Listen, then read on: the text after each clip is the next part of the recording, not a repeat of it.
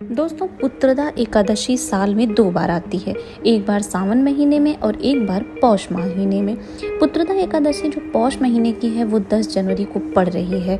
इस दिन व्रत रखने से संतान संबंधी अगर कोई भी दिक्कत होती है तो वो दूर हो जाती है, क्योंकि दोस्तों इस व्रत को करने से भगवान विष्णु की कृपा से सुयोग्य संतान, पुण्य और मोक्ष की प्राप्ति होती है। और याद रखें, भगवान विष्णु की पूजा करते समय इस दिन आपको पुत्रदा एकादशी व्रत की कथा भी जरूर सुननी चाहिए। तो नमस्कार दोस्तों, आप सभी लोगों का बहुत बहुत स्वागत है मेरे इस YouTube चैनल में। आइए आज के वीडियो में हम पुत्रदा एकादशी व्रत कथा सुनते हैं, जिसको सुनने मात्र से ही सभी संतान संबंधी दिक्कतें दूर हो जाएंगी। पौराणिक कथाओं के अनुसार एक समय भद्रावती नदी के तट पर राजा संकेतमान नाम का राजा राज्य करता था। उसकी पत्नी का नाम शैव्या था। राजा के पास किसी चीज की कमी नहीं थी। राज्य में धन धान्य संपन्न और प्रजा सुखी थी। बस राजा को एक बात का दुख था कि उनके कोई संतान नहीं थी। इस वजह से राजा बहुत परेशान रहता था। राजा अपनी प्रजा का पूर्ण ध्यान रखता था, लेकिन संतान न होने के कारण राजा को निराशा घेरने लगी। वह आत्मघात के बारे में सोच रहा था। उसने पुत्र की कामना के लिए यज्ञ भी किया, लेकिन देवताओं का आशीर्वाद नहीं मिला। अंत में राजा वन में चला गया। वन में घूमते हुए एक सरोवर के पास पहुंचा। सरोवर में सभी मेढक आदि अपने पुत्रों के साथ खेल रहे थे। राजा को ये देखकर बहुत निराशा हुई। तभी रास्ते में एक मुनि का आश्रम पड़ा। राजा ने घोड़ा रोककर मुनि को प्रणाम किया।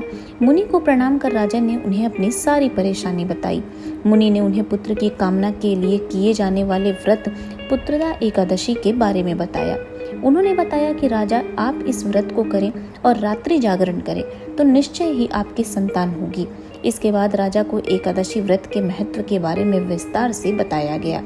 राजा ने विधि पूर्वक एकादशी का व्रत पूर्ण किया और नियम से व्रत का पारण किया। इसके बाद रानी ने कुछ ही दिनों बाद गर्भधारण किया और 9 माह के बाद एक सुंदर से पुत्र ने राजा के घर में जन्म लिया। आगे चलकर राजा का पुत्र भी एक श्रेष्ठ राजा बना। और दोस्तों, इसके अलावा भी एक और कथा प्रचलित है। द्वापर युग के आरंभ में महिष्मती नाम की एक नगरी थी, जिसमें महिजीत नाम का राजा राज्य करता था। लेकिन पुत्रहीन होने के कारण राजा को राज्य सुखदायक नहीं लगता था। उनका मानना था कि जिसके संतान ना हो उसके लिए यह लोक और परलोक दोनों ही दुखदायक हैं। पुत्र सुख की प्राप्ति के लिए राजा ने अनेक उपाय किए, परंतु राजा को पुत्र की प्राप्ति नहीं हुई। वृद्धावस्था आती देखकर राजा ने प्रजा के प्रतिनिधियों को बुलाया और कहा, हे प्रजाजनों, मेरे खजाने में अन्याय से उपार्जन किया हुआ धन नहीं है। न मैंने कभी देवताओं तथा ब्राह्मणों का धन छीना है।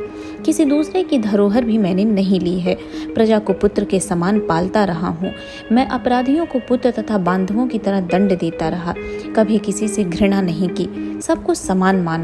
सज्जनों की सदा पूजा करता हूँ। इस प्रकार धर्मयुक्त राज्य करते हुए भी मेरे पास पुत्र नहीं है, सो मैं अत्यंत दुख पा रहा हूँ। इसका क्या कारण है? राजा महिजीत की इस बात को विचारने के लिए मंत्री तथा प्रजा के प्रतिनिधि वन को गए। वहां बड़े बड़े ऋषि मुनियों के दर्शन किए। राजा की उत्तम कामना की पूर्ति के लिए किसी श्रेष्ठ तपस्वी मुनि को देखते फिरते रहे। एक आश्रम में उन्होंने एक अत्यंत वयोवृद्ध धर्म के ज्ञाता, बड़े तपस्वी, परमात्मा में मन लगाए हुए, निराहार, जितेंद्रीय, जितात्मा, जित क्रोध, सनातन धर्म के गूढ़ तत्वों को जानने वाले लोमश मुनि को देखा, जिनका कल्प के व्यतीत होने पर एक रोम गिरता था। सबने जाकर ऋषि को प्रणाम किया। उन लोगों को देखकर मुनि ने पूछा कि आप लोग किस कारण से आए हैं? निसंदेह मैं आप लोगों का हित करूंगा। मेरा जन्म केवल दूसरों के उपकार के लिए हुआ है, इसमें कोई संदेह नहीं है। लोमश ऋषि के ऐसे वचन सुनकर सब लोग बोले, हे महर्षि, आप हमारी बात जानने में ब्रह्मा से भी अधिक समर्थ हैं, अतः आप हमारे इस संदेह को दूर कीजिए। महिष्मतीपुरी का धर्मात्मा राजा महिजीत प्रजा का पुत्र के समान पालन करता है, फिर भी वह पुत्रहीन होने के कारण दुखी है। उन लोगों ने आगे बताया कि हम लोग उसकी प्रजा हैं, अतः उसके दुख से हम भी दुखी हैं। आपके दर्शन से हमें पूर्ण विश्वास है कि हमारा यह संकट अवश्य दूर हो जाएगा, क्योंकि महान पुरुषों के दर्शन मात्र से अनेक कष्ट दूर हो जाते हैं। अब आप कृपा करके राजा के पुत्र न होने का कारण बतलाइए। यह वार्ता सुनकर ऋषि ने थोड़ी देर के लिए नेत्र बंद किए और राजा के पूर्व जन्म का वृत्तांत जानकर कहने लगे कि यह राजा पूर्व जन्म में एक निर्धन वैश्य था। निर्धन होने के कारण इसने कई बुरे कर्म किए। यह एक गांव से दूसरे गांव व्यापार करने जाया करता था। एक समय ज्येष्ठ मास के शुक्ल पक्ष की द्वादशी के दिन मध्याह्न के समय जबकि वह 2 दिन से भूखा प्यासा था, एक जलाशय पर जल पीने गया। उस स्थान पर एक तत्काल की ब्याही हुई प्यासी गौ भी जल पी रही थी। राजा ने उस प्यासी गाय को जल पीते हुए हटा दिया और स्वयं जल पीने लगा। इसीलिए राजा को यह दुख सहना पड़ रहा है। एकादशी के दिन भूखा रहने से वह राजा और प्यासी गौ को जल पीते हुए हटाने के कारण पुत्र वियोग का दुख सहना पड़ रहा है। ऐसा सुनकर सब लोग कहने लगे कि हे ऋषि, शास्त्रों में पापों का प्रायश्चित भी तो लिखा है, अतः जिस प्रकार राजा का यह पाप नष्ट हो जाए, आप ऐसा उपाय बताइए।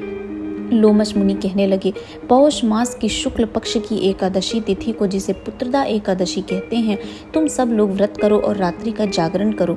इससे राजा का यह पूर्व जन्म का पाप अवश्य नष्ट हो जाएगा और साथ ही राजा को पुत्र की अवश्य ही प्राप्ति होगी। लोमश ऋषि के ऐसे वचन सुनकर मंत्रियों सहित सारी प्रजा नगर को वापस लौट आई और जब पौष माह की एकादशी आई तो ऋषि की आज्ञा के अनुसार सबने पुत्रदा एकादशी का व्रत किया और जागरण किया। इसके पश्चात द्वादशी के दिन इसके पुण्य का फल राजा को दिया गया। उस पुण्य के प्रभाव से रानी ने गर्भ धारण किया और प्रसव काल समाप्त होने पर उसके एक बड़ा तेजस्वी पुत्र उत्पन्न हुआ। इसीलिए हे राजन, इस एकादशी का नाम पुत्रदा एकादशी पड़ा। अतः संतान सुख की इच्छा हासिल करने वाले इस व्रत को जरूर करें। इसके महात्म्य को सुनने से मनुष्य सब पापों से मुक्त हो जाता है और इस लोक में संतान सुख भोग कर परलोक में स्वर्ग को प्राप्त हो जाता है। तो दोस्तों, ये थी पुत्रदा एकादशी व्रत कथा, जिसको सुनने मात्र से ही सारी समस्याओं का समाधान हो जाता है। तो अभी तक अगर आप वीडियो में बने हैं तो वीडियो को एक लाइक जरूर कर दीजिएगा। चैनल पे नए हैं तो चैनल को सब्सक्राइब जरूर कर दीजिए। मिलते हैं अगले वीडियो में। ओम नमः शिवाय।